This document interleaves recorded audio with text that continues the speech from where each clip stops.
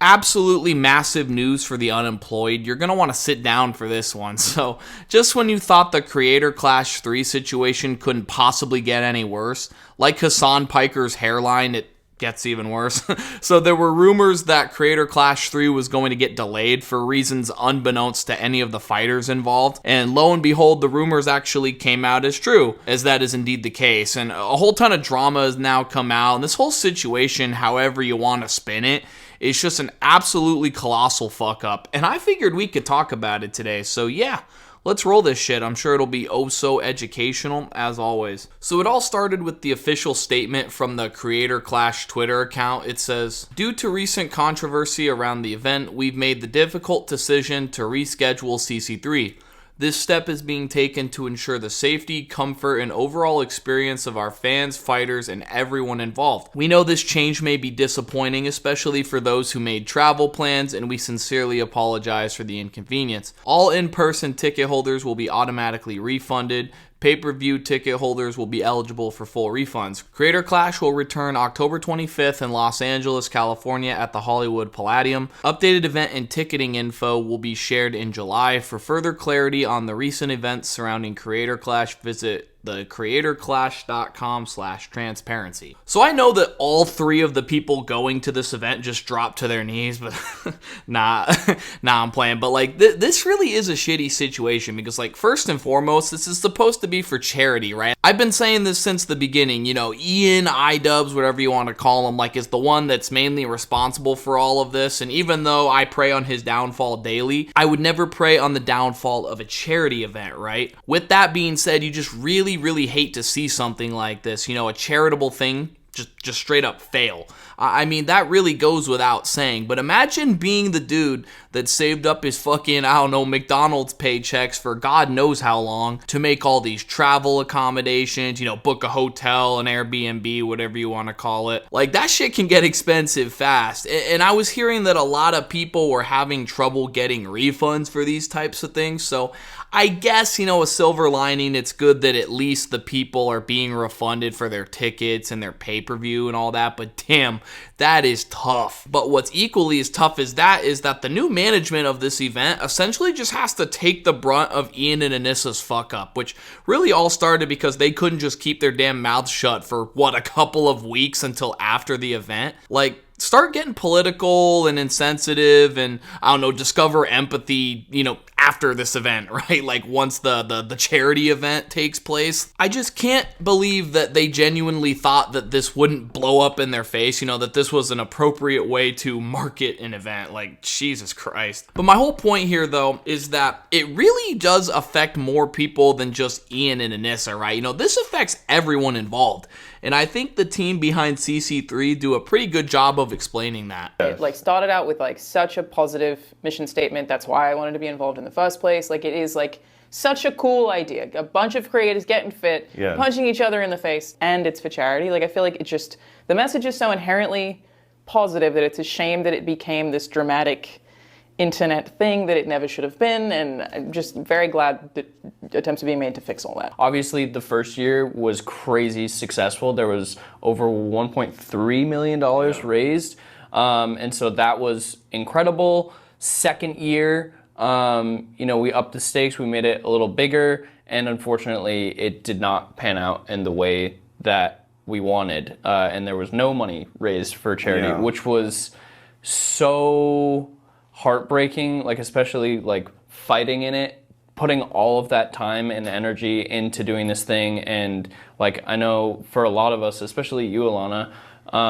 you are always doing charity stuff, and to put yourself in the ring to fight, a big reason that we did it was because it was like, okay, it's for a good cause, it's for charity, and then when you go and do it and no money is raised for charity, that sucks. I mean, yeah, just echoing them, like, the main goal is to bring in money for charity and watch your favorite creators beat the piss out of each other in what should be a win-win, right? But unfortunately, selfishness, you know, inflated egos over there from Anisa and her husband clouded all of that and took the spotlight off the charity, the fighters, and really just all the people involved that make Creator Clash as successful as it's been in the past. I mean, the last one, like they said, generated millions of dollars. That's fucking awesome. So clearly the potential is there, and with such a great premise and past success, you'd think that we'd see more of that. But because of a senseless internet beef involving arguably the most polarizing political topic right now, I mean, of all things to fucking argue about, right? Like,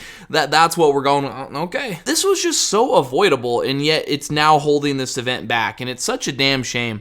Also, think of the fighters that invest months and months of training, blood, sweat, and tears. I know it sounds corny, it does. This is going to sound even cornier, actually, but think of all the time they've invested, too. Like, as I've gotten older, I've really begun to realize that time really is valuable, man. And you've got this cuck and, Hassan Piker's mistress over here compromising everything.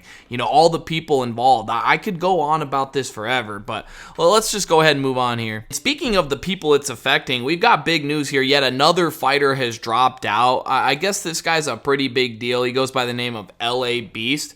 He said this over on Twitter. Due to a laundry list of reasons that will be revealed to you shortly, I unfortunately will no longer be boxing in the Creator Clash event. It is the best decision for me and my team at this time. All I wanted to do was put on a show, get paid, and ultimately raise money for charity. Unfortunately, that's not how it worked out. Sometimes plans fall through, and you've got to pick up the pieces and continue to move forward. That's what I'm going to do. Of course, you've got fucking retards on the internet that say reason one, scared. And thankfully he clarifies a little bit more, but he drops this bombshell. He says, scared of the multiple red flags and irreversible damage it can do to one's brand by being associated with the event. And that's what I've been trying to say this whole time. This affects everybody, man. You're just trying to go out there, like he said, put on a show, knock the fucking dog piss out of people, get paid, raise money for charity, and all of a sudden you have these fucking goofy goobers talking about Israel, Palestine, the Gaza Strip, all this bullshit that's going on over there, right? And as a result of all this, they're getting wrapped up in several internet beefs, making fun of people's disabilities and all sorts of other controversies, right? That's obviously going to upset a lot of people. These are very, very touchy subjects. And suddenly they're running their mouths, saying one thing, other people might disagree with them. And then suddenly those people are like, oh, well, this LA Beast dude is fighting for these bigoted scumbags. And it's this whole vicious cycle, right? I mean, politics is naturally very polarizing. And this is the worst thing they could have done, picking a senseless internet beef with this guy regarding one of the most controversial topics out right now. Quite frankly, anyone associated with these people genuinely run the risk of tarnishing their brand, and that is not to be taken lightly. I mean, when it comes to a career online, you can't exactly reestablish your reputation once it's been lost. That shit's forever. You got to protect that shit with your life. And it's crazy to think that an event that's already struggling to maintain a lineup has lost yet another really good fighter on the roster. Like, that is just so fucking insane. But this is where it gets really fucking crazy. So, you remember that website they said, thecreatorclash.com/transparency? Well, over there, they have this little segment here that dropped a bombshell on some of the behind the scenes. I mean, check this out. This is fucking insane. Do the fighters get paid? Yes. Each fighter receives a guaranteed purse to help cover training and preparation expenses. That makes sense, right? In addition, 20% of net profits from the event will be evenly split among all the fighters. A further 34% profit share originally allocated to Ian and Anisa is also being redistributed among the fighters following their departure. Hold on here. So, am I missing something? I thought this was supposed to be a goddamn charity event. Why are Ian and Anisa, who've done, absolutely fucking nothing other than run this event into the ground, going to get 34% of the profit share before they dropped out? What the fuck am I hearing, man? Is this even a charity event at all? You have to pay your fighters, right? Obviously, because if they're not getting paid, what the fuck are they doing there, right? They're not going to be there. There's certain expenses you have to make. We don't have to take fucking 34% for sitting on our ass. That is absurd. This is supposed to be for charity, and yet these motherfuckers are taking a large portion of the fucking pot here. Like, what the fuck, man?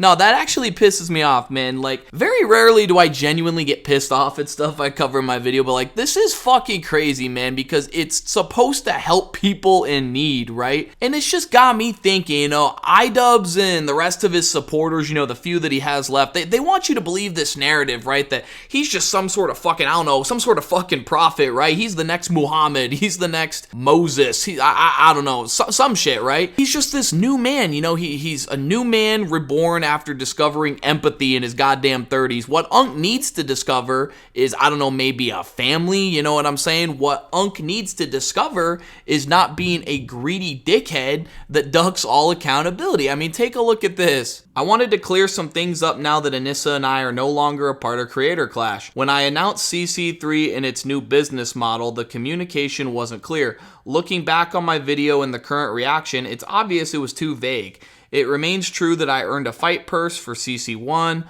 along with other fighters, and we did not profit at all from CC2 because it was a massive fucking failure. That's neither here nor there. After CC2 failed to raise any money for charity, we knew it was time for a different business model. We restructured so that the funds for our charity partner would be raised on Tiltify, which is separate and apart from the actual event. We then decided that for this year, we would take a profit share for the for-profit side of the event. Should the for-profit side of the event succeed, I feel sorry for any confusion Anisa and I caused.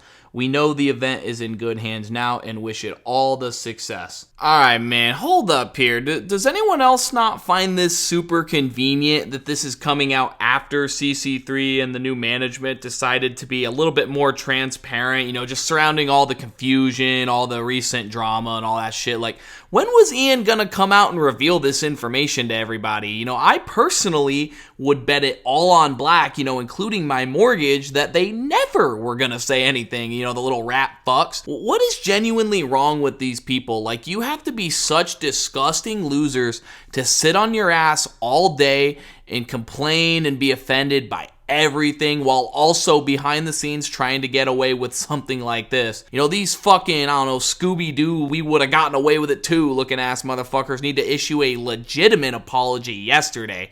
Because this is not owning up to anything. It's genuinely disgusting what they're trying to do, and incredibly vague as well. I mean, what exactly are they even apologizing for here?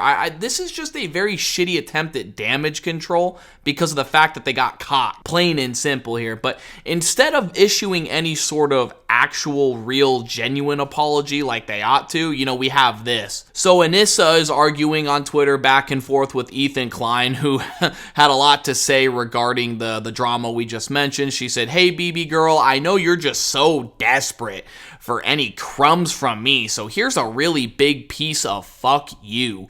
We are not financially tied to this event, and even when we were, we had it structured to protect us and the charity.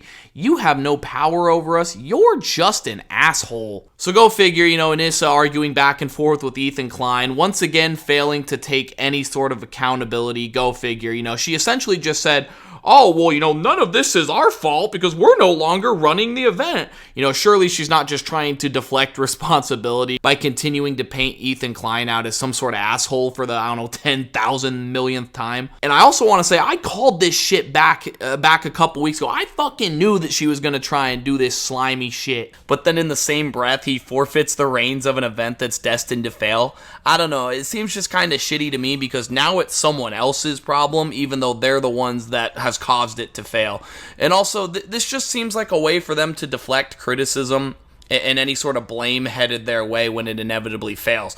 "Oh, well, you know, guys, we weren't the ones running the event, so it's not our fault." So essentially, you got Ian and Anisa trying to create this false guise that, oh, you know, they're just so full of empathy now. Meanwhile, they're walking all over anybody and everyone to get what they want. You know, even if it means the event's going to be a failure, even if it means it's going to fuck everybody over involved, you know, the fans, the fighters, they don't give a fuck about anyone but themselves.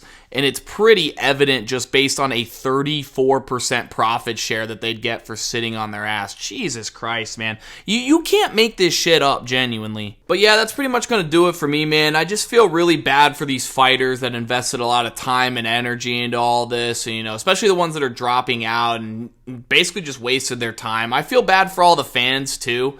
You know, these people that have stuck by Ian and Anisa despite all their bullshit, you know, these are like really hardcore fans. Like, it's hard to believe that those types of people even exist, but that's really none of my business, right? I feel bad for them regardless. They're being taken advantage of too. You know, these people that have like hotel obligations, Airbnbs that are basically, you know, shit out of luck, right?